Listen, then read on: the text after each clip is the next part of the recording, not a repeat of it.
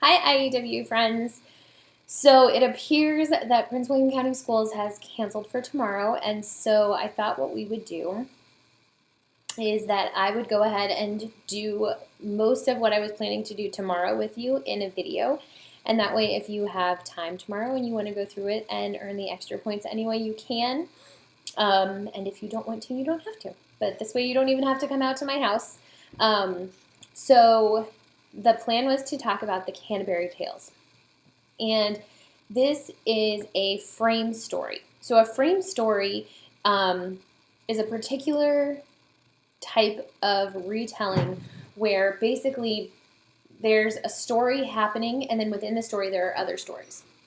So if you're familiar with the Thousand and One Arabian Nights, where it's the story of Shahrazad, and she's telling these stories to keep the Sultan from killing her.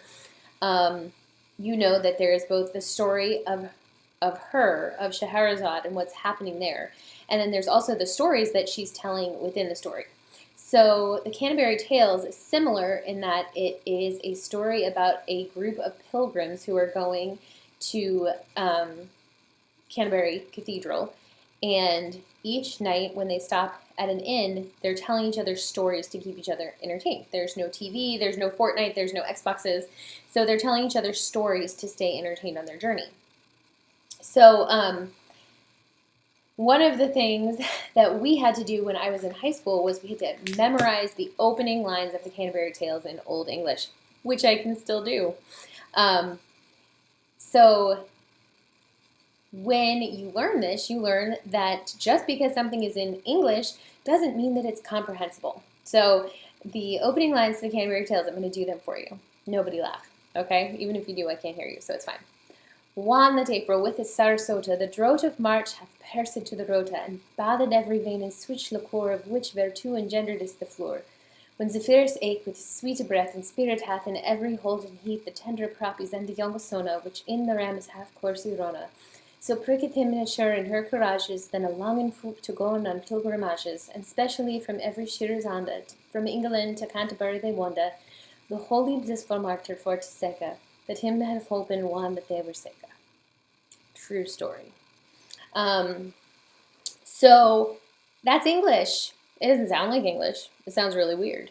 But basically what that opening line is saying is that in April, people started getting a little bit antsy and decided that they were going to go to Canterbury so that they could seek the martyr, the holy martyr there, and that he would help them with their requests because they had gone to visit him. So what happened in Canterbury was basically that Thomas Becket was killed by King Henry, and the Pope Alexander canonized him, which means he made him a saint of the Catholic Church. And he was basically murdered by Henry for agreeing more with the church than he agreed with Henry. There's a little more to it, but that's like the basic what happened. So when he died, the local people he was murdered, and so people managed to get like little pieces of his cloak. And in Catholicism, these little pieces of things that belonged to martyrs are called relics. And sometimes, not just martyrs, just saints in general, sometimes people would claim that these relics had the ability to heal people. And so in the case of Becket, there were little blood-stained pieces of his cloak that people had gotten, and some people claimed to have vials of his blood, which is pretty creepy. But people would come to Canterbury because they claimed that people were cured of blindness, epilepsy, leprosy, all this stuff. So people are coming, and not only do they want to come and be healed, but they want to take a little something extra home so they can maybe heal their friends. So what they ended up having to do was take Becket's body, because people were literally trying to steal pieces of the corpse, and put it in a marble coffin in the crypt of the cathedral. If you've ever been to a cathedral, you know there's like a lower part underneath the sanctuary called the crypt. So they moved him down into the crypt in a marble coffin behind a wall, and there was just a little kind of hole in the wall that people could stick their heads through and kiss the coffin, which again, it's a little creepy for us today. So then later, his bones were moved into a shrine behind the high altar, so that people could venerate them in that way. But basically, people were coming to Canterbury because they believed that these holy relics had the ability to heal. They believed that the bones and the blood and the little pieces of cloak had the ability to heal them. So all of these people are going to be going to Canterbury for that purpose. Okay? So each of the stories is a little more colorful than the last. And what you have to figure is that a lot of these people are coming to get someone healed doesn't necessarily mean that they're like good people or good Christians or anything like that. And so some of the stories are a little bit like colorful. But the one we're going to focus on today is the nun's priest's tale. And if you look in the link that I gave you with the link to the Canterbury Tales, you can actually read right next to each other the Old English and what it means in like modern English. So I want to start with the prologue to the nun's priest's tale, and I'm going to read you just the regular English. I'm not going to read it in Old English to you. So this is the prologue to the tale told by the priest who was traveling with the prioress, and a prioress is the nun that is in charge of the convent. Okay. "Wait," said the knight. "I can't take any more of this, sir. I'm sure what you're saying is true enough, but I think we've heard enough depressing stories to last us for a while. I certainly know it's hard for me to hear about wealthy people who live the good life suddenly losing everything they have. Now it's nice to hear stories about poor people who hit a run of good luck and become more prosperous. That kind of story is much better to hear and tell." "Yes," said our host, "by St. Paul's bell, you're absolutely right. This monk is going on and on about other people's bad luck and how life is a great tragedy. There's nothing we can do about it, he says. Whatever will be, will be. It's a pain in the butt to hear about all this misery." "Mr. Monk, bless you, but I can't take any more of this. Your story is killing us. Hearing is a waste of time because there's nothing to be gained by it. So, Brother Peter, that is your name, right? I'm begging you, please tell us a different story. God only knows that last story of yours was so boring I would have fallen asleep and fallen right off my horse into the gutter if it weren't for the jangling of those bells on your horse's bridle. Then everything you said would have been for nothing because I wouldn't have been around to hear it. It's just like the old saying, if no one's listening, it ain't worth talking." Now, and that wasn't one. "I know, why don't you tell us another one? Maybe about hunting." "Yeah, that would be good." No, I'm not really in the mood to tell a happy story," the monk replied. "Why doesn't someone else take a turn?" So our host turned to one of the two priests traveling with the prioress, a man named John, and said in his usual rude voice, "Hey, pal, get over here. I know you ain't got much, just look at that pathetic horse you're riding.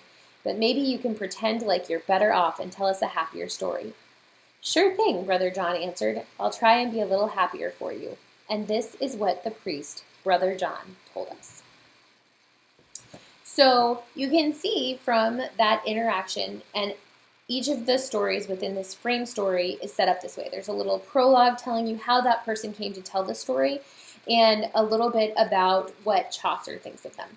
So Chaucer's put himself in the story as one of the pilgrims, and one of the things he does in most of the prologues is give you a little rundown on whether he thinks the person going is actually like a pious person, someone that loves God, or if they're maybe a little shady, or if they're just doing this for personal gain, or if he really thinks that they're going to impress someone, or whatever it is about their character that he wants you to know.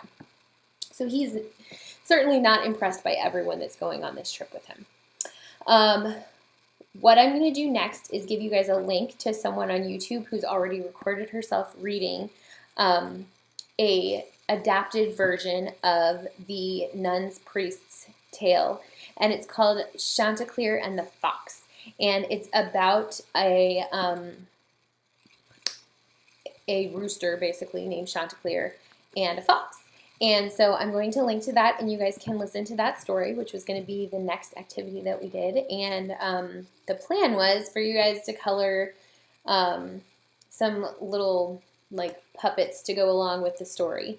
So I'll send a link for those in case you would like to. Um, and then what we were going to spend our time doing was one of two things. So I'm going to give you the option for either one of these. So one is for you to write your own story that goes along with the frame that Chaucer used. So that means that you would need to have a prologue introduction of who's going to tell the story and maybe a little bit about why they're going to Canterbury. And then you would need the story itself.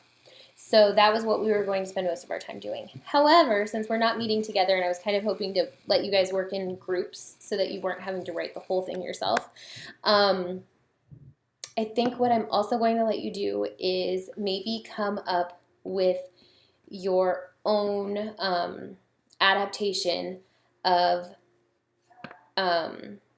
any of the stories, really. You can use Chanticleer if you would like to. You can go ahead in and read one of the other stories and use that one if you want to. And I would take a picture or a diorama, or you could make it out of Legos or clay or whatever you want, just a representation of one of the stories from Canterbury Tales. So you can pick how you would like to represent it, or you can choose to write one of your own Canterbury Tales stories. And again, the big thing to take away from this is that frame stories are a really cool way of having stories within a story. And if you have a bunch of little short stories that you'd like to tell, you can kind of connect them together within a framework. And that's what Chaucer did with the Canterbury Tales. So that is what we were going to do today. If you would still like to get the bonus points, you can absolutely take advantage of this. If you would not like to get the bonus points, then don't. And I guess I will see you guys on Tuesday. Thanks so much, guys. Have a great night.